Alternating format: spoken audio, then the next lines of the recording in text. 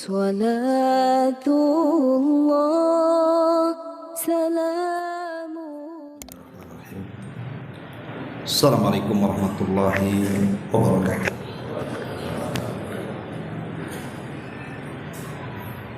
Alhamdulillah wassalatu wassalamu ala rasulillah wa ala alihi wa sahbihi wa mawalah wa la hawla wa la quwata illa billahi wa ba'd.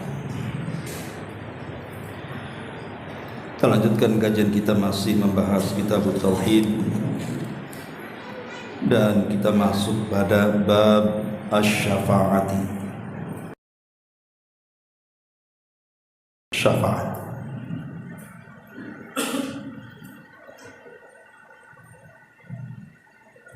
Mu'allif rahimahullahu ta'ala mendasari bab ini dengan beberapa dalil dari Al-Quranul Karim.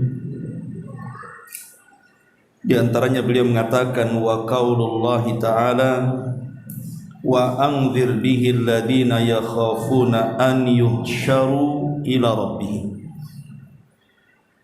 laisa lahum min dunihi waliyyun wala syafi'.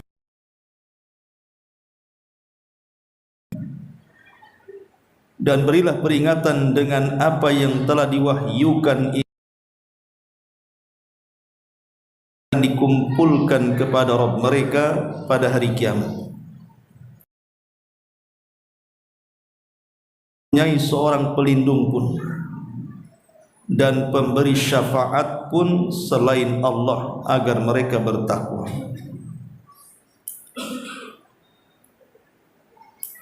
Wa qauluhu man dzal ladzi yashfa'u indahu illa bi'idzni. Katakanlah wahai Muhammad, man dzal ladzi yashfa'u indahu illa bi'idzni. Tidak seorang pun yang dapat memberikan syafaat di sisi Allah tanpa seizinnya. Wa qauluhu qulillah asy-syafa'atu jami'an. Katakanlah wahai Muhammad, hanya milik Allah lah syafaat itu semuanya. Wa qawluhu wa kam min malakin fis samawati la tughni syafa'atuhum syai'an illa min ba'di an ya'dzana Allahu liman yasha'u wa yarda. Dan berapa banyak malaikat yang di langit, syafaat mereka sedikit pun tidak berguna kecuali sesudah Allah izinkan untuk memberikan syafaat bagi sesiapa yang dikehendakinya dan diridhoinya. Wa qauluhu, dan juga firman Allah azza wa jalla, qul id'ul ladzina za'amtum min dunillah la yamlikuna mithqala dzarratin fis samawati wala fil ardh wama lahum fihima min syirkin wama lahu minhu min dhahir wala tanfa'u syafa'atu indahu illa liman adinalah. Katakanlah, panggillah mereka yang kau anggap sebagai Tuhan selain Allah itu. Mereka tidak memiliki kekuasaan seberat zarah pun di langit maupun di bumi. Dan mereka tidak mempunyai satu andil apapun dalam penciptaan langit dan bumi. Dan sama sekali tidak ada di antara mereka yang menjadi pembantu Allah saat menciptakan langit dan bumi.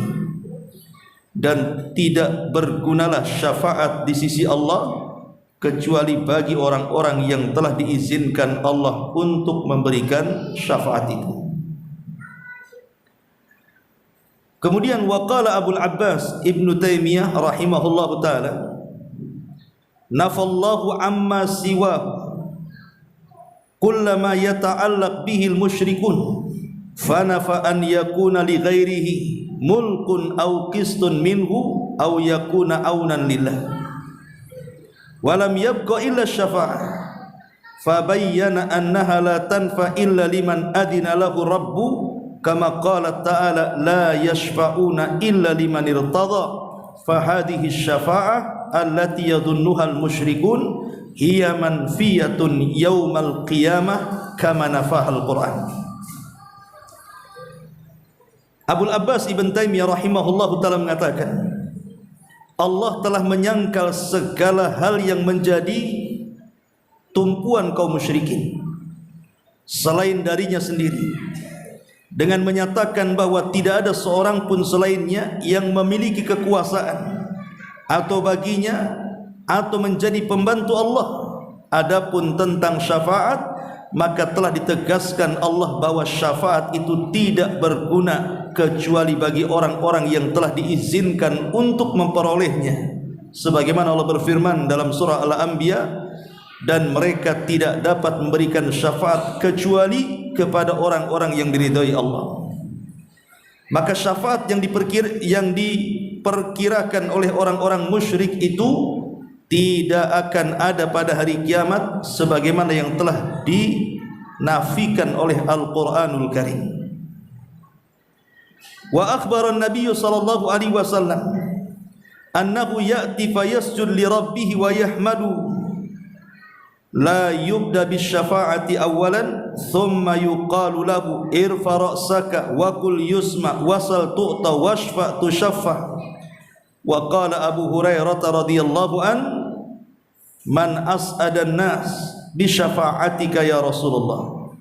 Qala man qala la ilaha illallah khalisan min qalbi liman asyraka billah wa haqiqatuhu anna Allah huwa alladhi yatafaddalu ala ahli al-ikhlas fayaghfiru lahum atau fayughfaru lahum biwasitati du'a man adina lahu an yashfa'a liyukrimahu. Fasyafa'atul lati nafaha al-Qur'an ma kana fiha syirkun walihada athbata syafa'ah biidnihi fi mawadhi'ah wa qad bayyana an-nabiy sallallahu alaihi wasallam annaha la takun illa li ahli tauhid wal ikhlas, intaha kalam. Dan diberitakan oleh Nabi sallallahu alaihi wasallam bahwa beliau pada hari kiamat akan sujud kepada Allah dan akan menghaturkan segala pujian kepada Allah. Beliau tidak langsung memberikan syafaat terlebih dahulu. Setelah itu baru dikatakan kepada beliau, angkatlah kepalamu, katakanlah niscaya kau didengar, mintalah kecuali kau akan diberikan dan dikabulkan, dan berilah syafaat, niscaya syafaatmu akan diterima. Abu Hurairah radhiyallahu anhu bertanya kepada Rasul, siapakah orang yang paling bahagia dengan syafaatmu wahai Rasul? Maka beliau menjawab, orang yang mengucapkan kalimat la ilaha illallah dengan ikhlas dari hatinya. Syafaat yang ditetapkan itu adalah syafaat untuk ahli ikhlas dan tauhid dengan seizin Allah, bukan untuk orang-orang yang menyekutukan Allah dengan yang lainnya.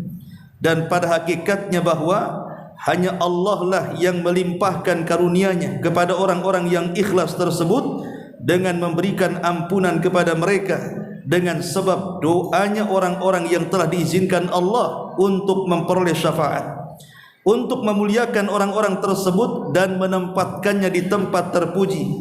Jadi syafaat yang ditiadakan oleh Al-Quran adalah yang di dalamnya terdapat kemusyrikan. Untuk itu Al-Quran telah menetapkan dalam beberapa ayat bahwa syafaat itu hanya ada dengan izin Allah. Dan Nabi pun sudah menjelaskan bahwa syafaat itu hanya diperuntukkan bagi orang-orang yang bertauhid dan ikhlas karena Allah semata.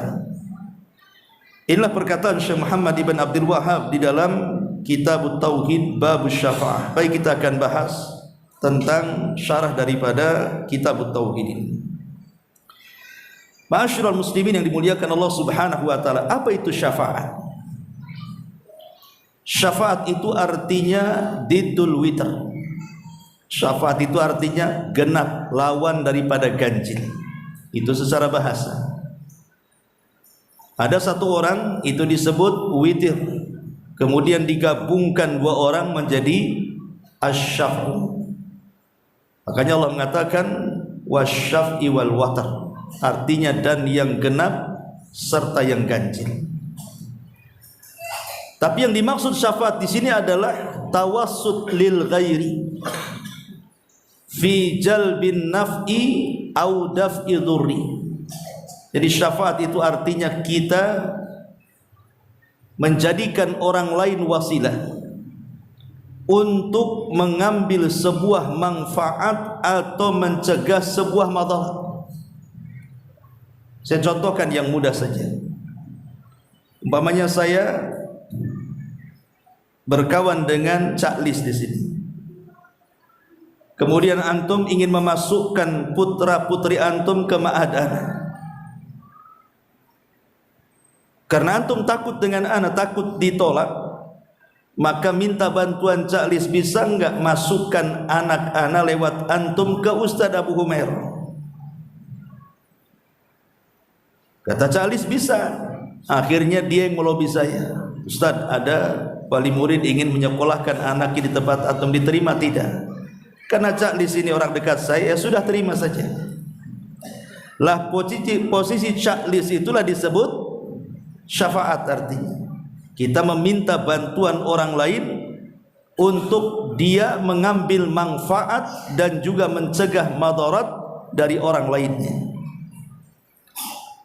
Jadi kalau seandainya kita ini meminta kepada Nabi SAW syafaat, agar Nabi SAW meminta kepada Allah kita diselamatkan, berarti kita meminta kepada Rasul syafaat dari Allah Subhanahu wa ta'ala. Tapi apakah boleh kita meminta syafaat kepada Rasul di dunia? Makanya kita mengatakan, ya Rasulullah, berikan syafaat kepada. Bukankah dalam hadis-hadis Nabi SAW sudah jelas bahwa Rasul akan memberikan syafaat? Boleh tidak kita mengucapkan, ya Rasulullah isfa'li, wahai Rasul, berikan syafaat kepadaku? Boleh? Boleh enggak kita ngomong begitu? Atau dengan bahasa lain, Allahumma rzuqni bi syafa'atin Nabi, ya Allah, berikan rizki kepadaku agar aku mendapatkan syafaat Nabi. Mana yang benar? Yang kedua, kenapa kita tidak boleh langsung meminta syafaat kepada Rasul di dunia? Karena Rasul belum mendapatkan izin. Cemana dia akan berikan syafaat? Dan izin itu nanti di akhirat, ketika manusia sudah datang kepada Adam, kepada Nuh, kepada Ibrahim, kepada Musa, kepada Isa, baru kepada Nabi SAW. Baru di situ Nabi SAW mengatakan, ana laha, kan kucoba. Kemudian dia mendatangi Allah Subhanahu wa ta'ala, kemudian sujud dengan sujud yang lama. Baru di situ Allah Subhanahu wa ta'ala katakan, irfa ra'saka ya Muhammad, angkat kepalamu wahai Muhammad, sal tu'ta, minta kau diberi, kul tusma, katakan kau didengar, isfa tu syafa, mintalah syafaat, aku akan beri kau syafaat. Artinya izinnya memberikan syafaat kepada Rasul kelak di akhirat, bukan di dunia. Makanya tidak boleh kita mengatakan, ya Rasulullah, berikan syafaat kepadaku. Tetapi yang benar adalah, ya Allah, berikan rizki kepadaku agar aku mendapatkan syafaat dari Nabi-Mu. Karena ucapan ya Rasul berikan syafaat ini terjadi ketika terjadi fitnah di Mesir. Mungkin akhir-akhir sekitar abad ke-7 di zaman Al-Imam Abul Iz Al-Hanafi. Ketika itu Mesir dipimpin oleh kerajaan zalim, ya, penguasanya zalim, sampai di mimbar-mimbar orang itu membicarakan soal syafaat, sehingga dijadikan kalimat ya Rasulullah isfa'li, wahai Rasul, berikan syafaat kepadaku, itu selalu dibaca selepas azan. Maka ini kesyirikan nih. Nabi SAW tidak memberikan syafaat kecuali setelah izin dari Allah Subhanahu wa ta'ala. Dan orang yang akan diberikan syafaat pun harus dapat redha dari Allah. Karena syafaat itu syaratnya dua, al-idhnu war-ridha. Harus ada izin dari Allah, kemudian harus ada redha dari Allah. Izin kepada yang akan memberikan syafaat, redha kepada orang yang akan diberikan syafaat. Jadi tidak boleh kita ini mengatakan, ya Rasulullah, wahai Rasul, berikan syafaat kepadaku. Atau umpamanya kita ini punya anak saleh, hafal Quran, rajin salat, manhajnya bagus. Kita tahu bahwa syafaat itu kan bukan hanya diberikan oleh Rasul saja, bahkan anak juga bisa memberikan syafaat kepada orang tuanya.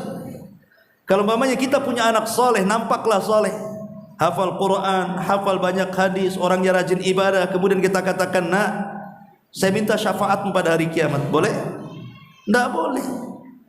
Karena belum tentu dia dapat izin kan, walaupun nampak dia saleh. Lah begitu juga ucapan kita kepada Nabi SAW, ya Rasulullah, berikan syafaat kepadaku. Tapi yang benar ucapannya adalah, ya Allah, berikan rizki kepadaku agar aku mendapatkan syafaat Nabi-Mu. Kalau itu benar, karena tidak memastikan. Ma'asyiral muslimin yang dimuliakan Allah Azza wa Jalla, lah di sini pengarang ini ingin membantah orang-orang musyrik. Sebelum bab ini kan kita cerita tentang keagungan para malaikat, di mana mereka makhluk yang tidak pernah bermaksiat kepada Allah, yang senantiasa taat beribadah kepada Allah, tapi mereka juga tunduk patuh kepada Allah Subhanahu wa taala, takut kepada Allah. Seolah-olah korelasinya, kalau kita meminta syafaat kepada para malaikat, di mana malaikat pun akan berikan syafaat pada hari kiamat kan. Tetapi kalau kita meminta di dunia kepada para malaikat syafaat, maka tidak boleh, walaupun mereka makhluk yang jelas-jelas tidak bermaksiat sama sekali dan terus-menerus beribadah kepada Allah, apalagi selain malaikat. Karena ada di dunia ini orang-orang yang datang ke kuburan wali-wali, ke kuburan orang-orang saleh, karena dia merasa banyak dosa, dia tidak layak langsung meminta sesuatu kepada Allah Subhanahu wa taala. Akhirnya mereka mendatangi kuburan wali-wali, kuburan orang-orang yang dianggap saleh, kuburan para habaib dan yang semacamnya. Kemudian mereka menjadikan wasilah orang-orang yang dikubur itu sebagai perantara kita kepada Allah Subhanahu wa taala. Lah yang seperti ini persis seperti yang dilakukan orang-orang musyrik. Apa bedanya dengan orang-orang musyrik? Di zaman Nabi SAW, ketika mereka kemudian menyembah Lata, Uzza, Manat, sebagian mereka tidak mengakui bahwa mereka sedang menyembah patung-patung itu, tapi mereka mengatakan bahwa dengan patung-patung itulah mendekatkan kita kepada Allah Subhanahu wa taala. Ma na'buduhum illa liyuqarribuna ilallahi zulfa. Ma na'buduhum, ini ucapan orang musyrik. Kami tidak menyembah mereka patung-patung itu, kecuali kami ingin mendekatkan kepada Allah sedekat mungkin lewat patung itu. Lalu apa bedanya dengan ucapan orang musyrik dengan apa yang dilakukan orang-orang itu? Maka orang-orang yang datang ke kuburan orang-orang saleh atau orang-orang yang dianggap saleh, kemudian meminta sesuatu lewat mereka kepada Allah Subhanahu wa taala, ini kesyirikan. Namanya syirkul wasilah, namanya kesyirikan dalam bab wasilah, menjadikan mereka mendekatkan diri kepada Allah. Inilah syafaat yang manfi, yang ditiadakan dalam Al-Quran dan Sunnah Nabi Sallallahu Alaihi Wasallam. Baik, kita lihat perkataan mu'alif di sini. Pertama, beliau mengambil dalil dari surah Al-An'am ayat 51. Allah Subhanahu wa taala berfirman, wa anzir bihil ladzina yakhafuna an yuhsyaru ila rabbihim laisa lahum min dunihi min waliyyin wala syafi' la'allahum yattaqun. Dan berilah peringatan dengan Al-Qur'an, maksudnya kepada orang-orang yang takut akan dikumpulkan kepada Rabb mereka. Kapan itu? Pada hari kiamat. Sedang mereka tidak mempunyai seorang pelindung pun dan pemberi syafaat selain daripada Allah Subhanahu wa taala agar mereka bertakwa. Lihat di sini bahasanya, laisa lahum min dunihi waliyyun wala syafi'. Pada hari kiamat mereka tidak punya pelindung, bahkan tidak ada yang sanggup memberikan syafaat kecuali Allah Subhanahu wa taala. Dari sini kita ketahui bahwa syafaat itu hanya milik Allah. Malaikat tidak mampu untuk memberikan syafaat. Nabi-nabi tidak mampu memberikan syafaat. Apalagi wali-wali tidak mungkin memberikan syafaat, karena syafaat itu hanya milik Allah. Makanya ditegaskan dalam surah Az-Zumar ayat 44-nya, qulillah asy-syafa'atu jami'ah. Katakan ya Muhammad, hanya milik Allah lah semua syafaat. Dari sini kita tahu bahwa syafaat itu mutlak milik Allah. Selain daripada Allah tidak berhak memberikan syafaat. Kemudian mu'alif juga mencantumkan beberapa dalil, di antaranya Al-Baqarah 225. Man dzalladzi yashfa'u indahu illa bi'idzni. Tidak ada seorang pun yang dapat memberikan syafaat di sisi Allah tanpa izin. Dan Allah juga mengatakan dalam surah An-Najm 26-nya, wa kam mim malakin fis samawati la tughni syafa'atuhum syai'a illa min ba'di an ya'dzana Allah liman yasha' wa yarda. Dan berapa banyak malaikat di langit, syafaat mereka sedikit pun tidak berguna kecuali sesudah Allah mengizinkan untuk memberikan syafaat bagi siapa saja yang dikehendaki dan diridhoi. Di sini muallif ingin menjelaskan tentang syarat. Apa sih syarat-syarat syafaat itu? Ada yang mengatakan bahwa kalau kita bicara tentang syarat syafaat itu ada 4 macam. Yang pertama, qudratu asy-syafi. Qudratu syafi, kemampuan orang yang akan memberikan syafaat. Kemampuan orang yang akan memberikan syafaat. Ketika Allah Subhanahu wa taala bicara tentang selain daripada Allah Subhanahu wa taala, apakah mereka sanggup berikan syafaat atau tidak? Maka Allah mengatakan dalam surah Yunus ayat 18, wa ya'buduna min dunillah ma la yadurruhum wa la yanfa'uhum wa yaquluna haula'i syufa'auna indallah. Dan mereka menyembah selain daripada Allah yang tidak mendatangkan madarat kepada mereka, bahkan tidak mendatangkan manfaat kepada mereka, dan mereka mengatakan mereka itulah para pemberi syafaat kami di sisi Allah Subhanahu wa taala. Maka Allah jawab, qul atunabbi'unallaha bima la ya'lamu fis samawati wala fil ardi subhanahu wa ta'ala amma yusyrikun. Katakan ya Muhammad kepada mereka, apakah kalian akan menghabarkan tentang Allah dengan apa-apa yang ia tidak tahu? Sesuatu yang ada di langit atau di bumi, maha suci engkau ya Allah terhadap apa yang mereka sekutukan. Artinya bahwa ketika selain daripada Allah Subhanahu wa taala mereka tidak sanggup mendatangkan manfaat dan madarat, maka mafhum mukhalafahnya hanya Allah lah yang sanggup mendatangkan manfaat dan mencegah madarat. Berarti yang bisa memberikan syafaat hanya Allah saja. Inilah yang disebut qudratus syafi'. Yang kedua, Islamul masyfu'. Yang akan diberikan syafaat harus orang muslim.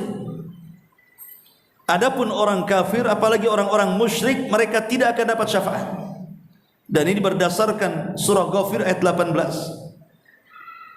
Wa anzirhum yaumal azifati idzil qulubu ladal hanajir kadhimina ma lidzalimina min hamim wala syafi'in yutah. Dan berilah mereka peringatan akan hari yang semakin dekat, maksudnya hari kiamat, yaitu ketika hati menyesak sampai ke kerongkongan karena menahan kesedihan.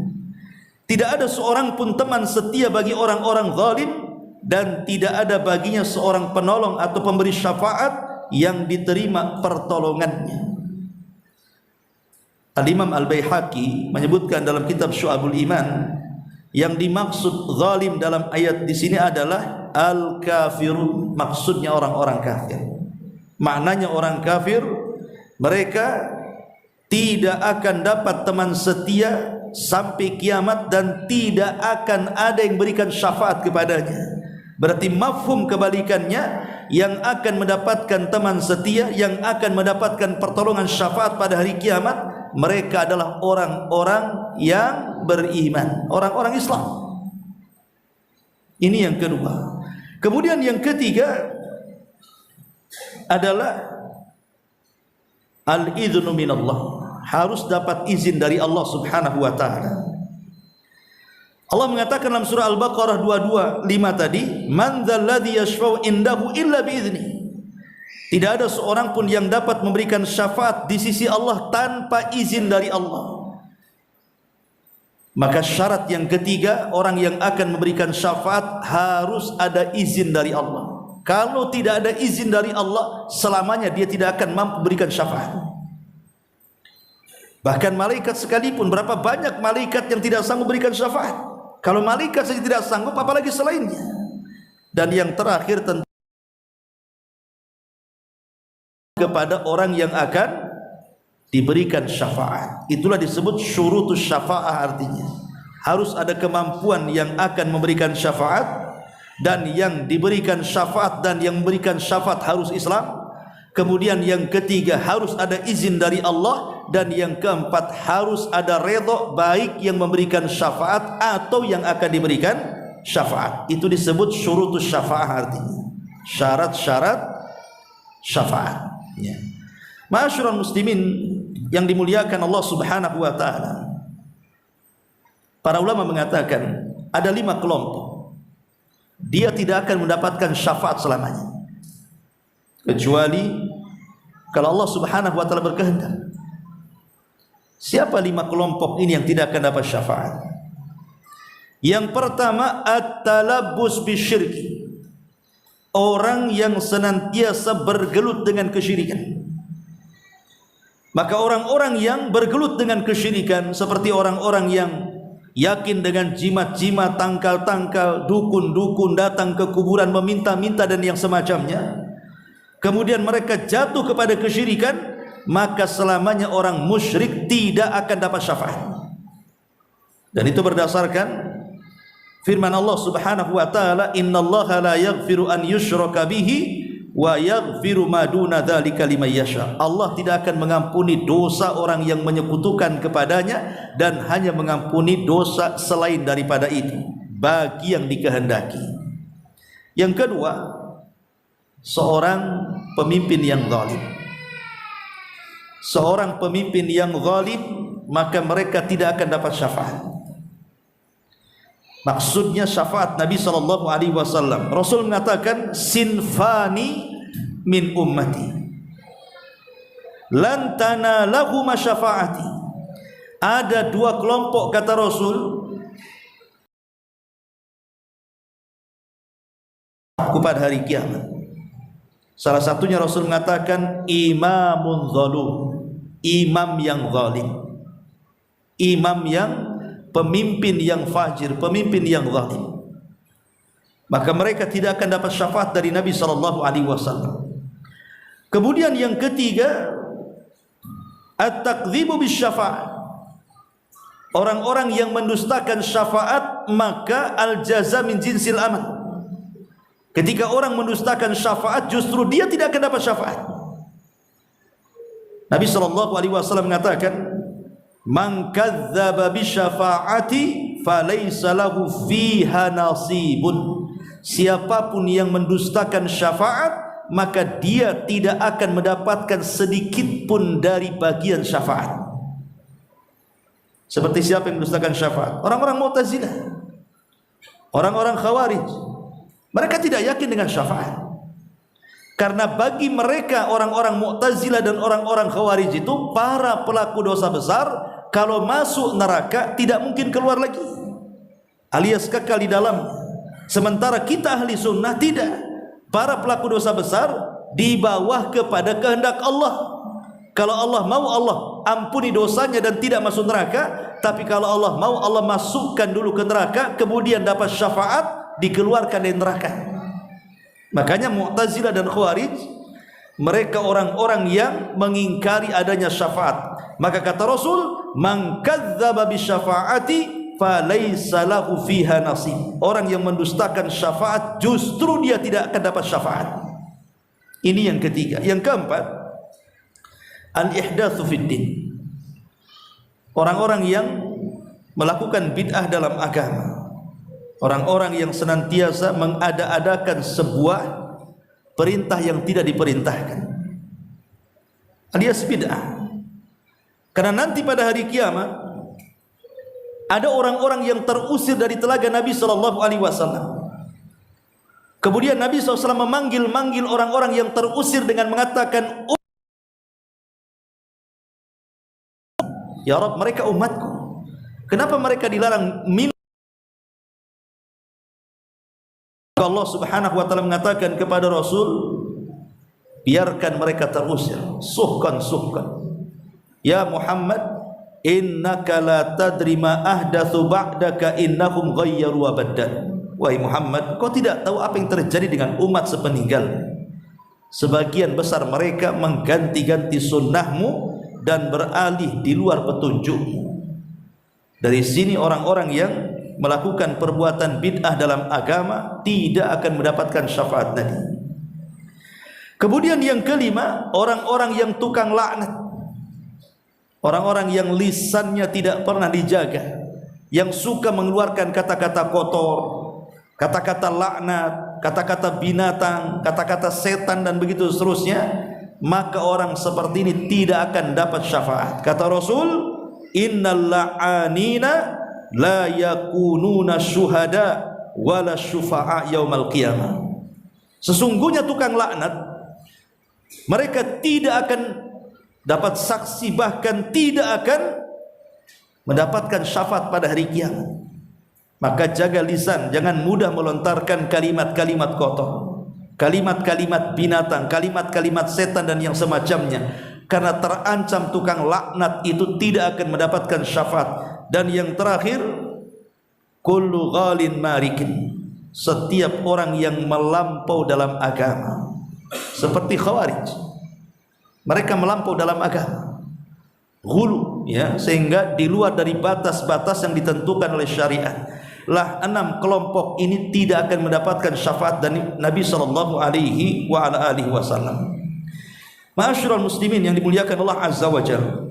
Kemudian pengarang membawakan dalil juga dari As-Saba ayat 22. Qul id'ul ladzina za'amtum min dunillah la yamlikuna mithqala dzarratin fis samawati wala fil ardh wa ma lahum fihima min syirkin wa ma lahum minhum min dhahir wa la tanfa'u syafa'atu indahu illa liman adinalah. Katakan ya Muhammad, ajak mereka, seru mereka, panggil mereka yang kamu anggap sebagai Tuhan selain Allah itu. Mereka tidak memiliki kekuasaan seberat biji zarah pun. Mereka bukan pencipta langit dan bumi. Sebiji zarah pun mereka tidak memiliki kekuasaan di langit ataupun di bumi. Ini yang pertama. Yang kedua, mereka tidak mempunyai satu andil pun dalam penciptaan langit yang bumi. Artinya ketika Allah menciptakan langit dan bumi, mereka tidak berkongsi dengan Allah untuk menciptakan langit dan bumi. Atau yang ketiga, mereka sama sekali tidak menjadi pembantu Allah saat menciptakan langit dan bumi. Artinya mereka bukan pembantu Allah, mereka bukan partner Allah ketika menciptakan langit dan bumi. Bahkan mereka tidak punya kekuasaan sedikit pun di langit dan bumi, bahkan sebiji zarah sekalipun. Mungkin mereka memberikan syafaat? Tidak. Orang Tuhan-Tuhan selain daripada Allah itulah tidak berkuasa. Macam mana akan berikan syafaat? Maka Allah singgung di sini. Kemudian Allah Subhanahu wa taala mengatakan, wala tanfa'u syafa'atu indahu illa liman adinalah. Kecuali Allah lah yang akan berguna syafaatnya, dan mereka orang-orang yang akan diberikan syafaat itu setelah ada izin dari Allah Subhanahu wa taala. Ma'asyiral muslimin yang dimuliakan Allah Subhanahu wa taala, bicara sedikit syafaat. Syafaat itu kan ada dua macam, ya. Ada syafaat di dunia, ada syafaat di akhirat. Maksudnya syafaat di dunia ini syafaat dalam urusan dunia. Adapun syafaat dalam urusan dunia, maka selama orang yang kita minta syafaat itu dia sanggup dan mampu untuk menolong kita, tidak ada masalah. Tidak ada masalah kalau dia memang tidak melanggar hak-hak dan kewajiban. Tapi kalau seandainya kemudian orang-orang ini kemudian melanggar hak-hak dan kewajiban, contoh umpamanya di zaman Nabi SAW, Aisyah radhiyallahu anha bercerita tentang orang-orang Quraisy kebingungan dengan masalah seorang wanita dari Bani Mahzum. Jadi ada anak pejabat Bani Mahzum itu seorang wanita, dia mencuri. Kemudian ketahuan, dan harta yang dicuri itu sudah sampai kepada level potong tangan. Akhirnya kemudian Nabi SAW memerintahkan agar memotong tangan wanita itu. Lah karena dia anak pejabatnya Bani Mahzum, maka kemudian kabilahnya merasa kasihan. Kasihan anak tokoh mereka harus dipotong tangannya. Akhirnya kemudian mereka pun mengadu kepada Usamah ibn Zaid, karena Usamah ibn Zaid itu dekat dengan Nabi, dengan mengatakan, ya Usamah, bantulah kami untuk mengadukan kepada Rasul. Bisa enggak Rasul tidak memotong tangan wanita itu? Dia anak pejabat kami, kasihan. Jadi mereka meminta kepada Usamah syafaat dari Rasul agar Rasul memaafkan wanita Mahzumi itu. Tapi Nabi SAW tidak mengizinkan. Kalau Rasul mau kan bisa saja. Kenapa? Karena syafaat yang seperti ini akan menggugurkan hak-hak manusia. Dia sudah mencuri, potong tanganlah. Dari sini Nabi SAW mengatakan, ayyuhan nas, innama ahlakal ladzina qablakum annahum kanu idza sariqa fihimus syarif tarakuhu wa idza saraka fihimudh dhaifu aqamu alaihi al-had wa aimullah, kata Rasul, lau anna Fatimah binta Muhammadin saraqat laqata'tu yadaha. Wahai manusia, hancurnya umat sebelum kalian itu karena idza saraka fihim asy-syarif, kalau orang mulia yang korupsi, pejabat yang korupsi, itu tidak ditegakkan had kepada mereka. Tapi kalau orang miskin yang mencuri, maka langsung dihukum dengan seberat-beratnya. Celaka kalian seandainya Fatimah yang mencuri, aku akan potong tangannya. Artinya bahwa kalau seandainya orang itu meminta syafaat dalam urusan dunia dan orang itu sanggup selama tidak melanggar hak-hak manusia, tidak ada masalah. Tapi kalau sampai melanggar hak-hak manusia, tidak boleh. Nah, ini juga syaratnya. Boleh kita meminta syafaat dalam urusan dunia kalau orang yang memberikan syafaat itu mampu memberikan, yang kedua tidak melanggar hak-hak kemanusiaan. Seperti yang terjadi di sini. Dan itu kan umum di negeri kita juga gitu. Kalau pejabat korupsi ya di penjara 5 tahun, pulang masih, keluar penjara pun masih kaya kan. Coba kalau orang susah yang mencuri ayam, habis dibakar massa. Nah ini masyarul muslimin yang dimuliakan Allah Azza wa Jalla, boleh meminta syafaat dalam urusan dunia selama mampu dan tidak melanggar hak-hak, kemudian tidak menyandarkan kepada orang yang membantunya. Kita katakan semua datang dari Allah Subhanahu wa ta'ala. Ini kalau syafaat dalam urusan dunia.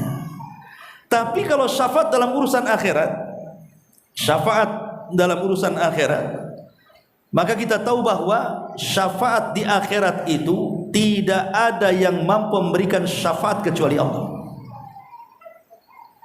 Kapan kemudian syafaat itu diizinkan oleh makhluk-makhluk Allah Subhanahu wa ta'ala, seperti para malaikat, para nabi, para syuhada, orang-orang saleh, dan begitu seterusnya, setelah ada syarat-syarat yang tadi saya sebutkan. Harus memenuhi syarat-syarat. Masyarul muslimin yang dimuliakan Allah Subhanahu wa ta'ala. Lah di sini mu'alif rahimahullahu ta'ala juga menukilkan perkataan Syekhul Islam Ibn Taimiyah. Apa kata beliau? Qala Abul Abbas, berkata Abul Abbas kunyah daripada Ibnu Taimiyah, nafallahu amma siwahu kullama yata'allaq bihil musyrikun. Allah Subhanahu wa ta'ala di sini menafikan atau menyangkal segala hal yang menjadi tumpuan kaum musyrikin selain dirinya sendiri, dengan menyatakan bahwa tidak ada seorang selain Allah yang memiliki kekuasaan atau baginya atau menjadi pembantu bagi Allah. Fanafa an yakuna li ghairihi mulkun aw qistun minhu aw yakuna aunan lillah walam yabqa illa syafa'ah. Dan tidak ada yang tersisa kecuali syafaat itu datang dari Allah Subhanahu wa taala. Kemudian beliau mengatakan tentang syafaat Nabi sallallahu alaihi wasallam. Jadi syafaat Nabi sallallahu alaihi wasallam terbagi menjadi dua. Ada syafaatul am, syafaat yang umum, ada syafaat yang khusus.